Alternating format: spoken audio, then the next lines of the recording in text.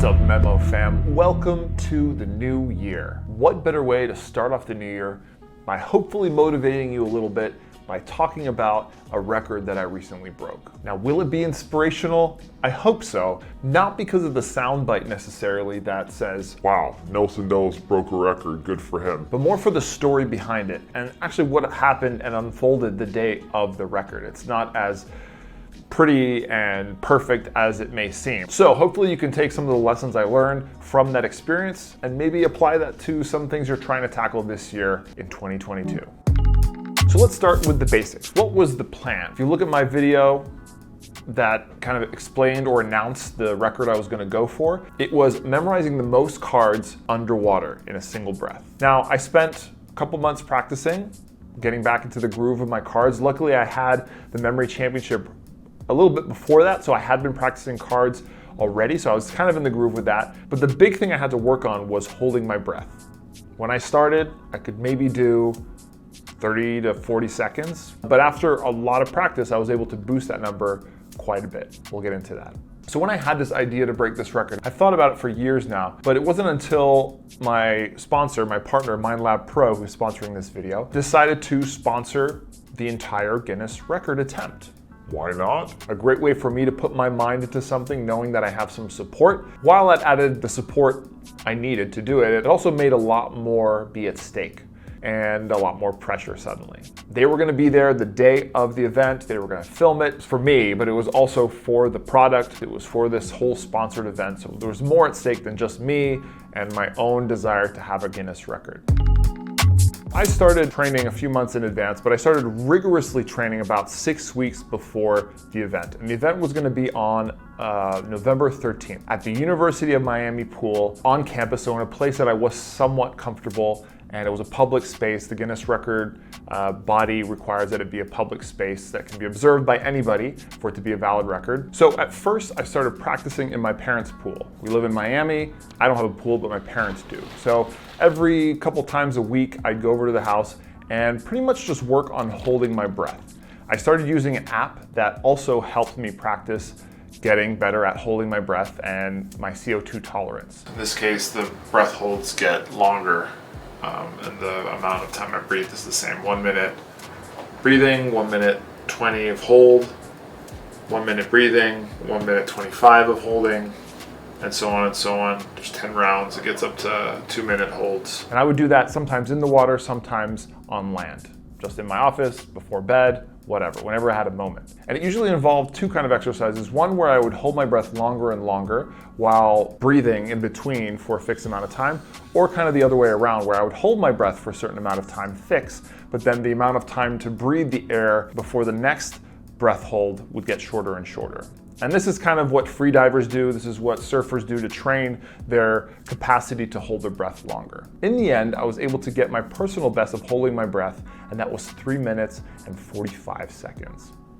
I wanted to get to that 4-minute mark, but 3 minutes, 45 seconds, I really can't believe that I'm underwater for nearly 4 minutes without a breath. That was pretty cool. And what was always interesting to me, because I'd never noticed this, but after a while of being underwater, your body naturally starts to convulse. It's trying to make you breathe because of the CO2 buildup. And part of the training is to kind of suppress or be able to tolerate that feeling and to push it back to be able to fight through the pain. And I remember when I first started, that feeling kicked in maybe 20, 30 seconds, and then I'd give up maybe 10 seconds after that.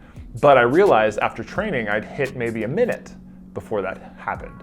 And then eventually a minute 15 before that happened. And then by the end, I was getting to about a minute and a half with no convulsions before my CO2 desire started to make me feel really uncomfortable. A minute and a half, that's pretty awesome. But that's pretty cool because that means that another minute and a half plus was me just fighting this urge of my body convulsing. Now that's cool, but it's also tricky because now that's distracting for when I memorize, right? Imagine convulsing while trying to make sure that you have cards in your mind, right? So I started doing that training, and then I started, incorporating the cards underwater. I bought a whole set of underwater cards, and I basically would do mostly the on-land CO2 training, the oxygen breath holding training with the app, and then I would do some training of memorizing, half a deck underwater. Easy. Then I would do 3/4 of a deck underwater. Okay, I could do that. Then I did a whole deck underwater. And I got to a point where I could do that one deck pretty consistently, casually, without much problem. You know, whether I stayed underwater a minute, whether I stayed underwater a full 2 minutes to be certain I had all the cards, I was good with one deck. So I started focusing more on the breath holding, because if I could get more comfortable underwater, I knew that the cards would follow. By the end of that week, I was hitting the record and even breaking the record. I think my highest I ever got was like 79, maybe I touched 82, I'd have to check. But I felt good. And now I started to kind of formulate what the plan was gonna be on the day of, because if I showed up and I did a record attempt and I failed, that's gonna look pretty bad. I didn't want to disappoint my sponsor. So I decided I was gonna go for 2 records. There was another record which might serve better as a warm-up, and if I got it, at least I'd get my main goal of getting a Guinness World Record. That was always a goal. One thing that I don't have in my memory accolades is a Guinness record. So if I could get one and that's it, no matter what it was, related to memory of course, cool.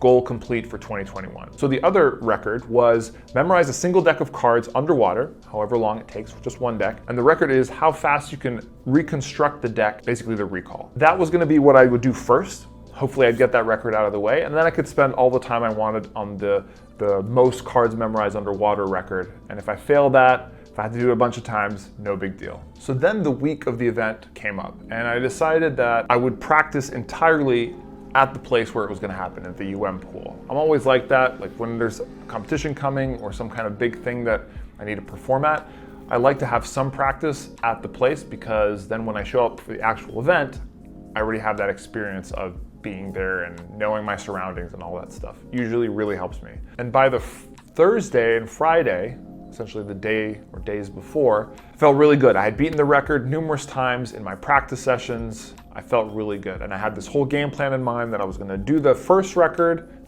as a warm-up, and then I was gonna go for broke on the second record. Hopefully get it immediately. If I had to do it a few times, I had accounted for that. I got a certain amount of decks of cards prepped. I got all my witnesses and assistant people to help me shuffle the cards, time things, blah, blah, blah, as per the Guinness record rules. And I was good to go. MindLab Pro showed up the day before to do some kind of behind the scenes filming. And then the morning of, we did a little more filming, and then it was go time. So the day of the record attempt felt really good. I did a few breath holds. I was really on my game, getting 3.5 minutes to 3:45 minutes breath holding. I was doing a couple decks, not too many. Before I'm about to memorize cards, I don't like to do too many sets of memorizing, just to keep it fresh and my memory palace is fresh. And then the event happened. Weather was great, it was warm, and then a group started gathering. There were some news outlets there. It was becoming the real deal. I was getting a bit nervous, but again, I knew that that first record I was gonna go for, that warm-up, was something I could do fairly casually. So it started recording video, sponsor was recording video, my witnesses were there, everything was in place. I got in the water, the decks were shuffled and handed to me, and I attempted the first record, and this is how it went. Actually, just kidding. I mean, if I were to show you this is actually the most uninteresting part, me breaking the record, because nothing goes wrong. I do exactly what I said I was going to do. So let's kind of zip through this. If you really want to watch it detail for detail, I'll put the link of the entire video, unsped up, uncut, whatever, in the description. So in short, I had a professional come and shuffle the cards. The cards are then handed to a witness. I had 2 of them to help handle the cards in and out of the pool. I get in the pool. I spend about 2 minutes kind of pre-breathing, making sure I fill up my lungs with air, get some good exhales, get the CO2 out of my system, blah, blah, blah, blah, go underwater. I do the thing, memorize the cards, riveting stuff, I know. And then I shoot back up, hand the cards to another witness. I spend a moment here just kind of consolidating everything in my mind, making sure I know the order of the deck, which I do. The other witness opens a fresh pack of cards, and then I speedily put it in the order of the one that I memorized. It's then verified one by one to see that they match. Voila, Guinness record in the books. I got it. I destroyed the record, you could say, by a whole minute.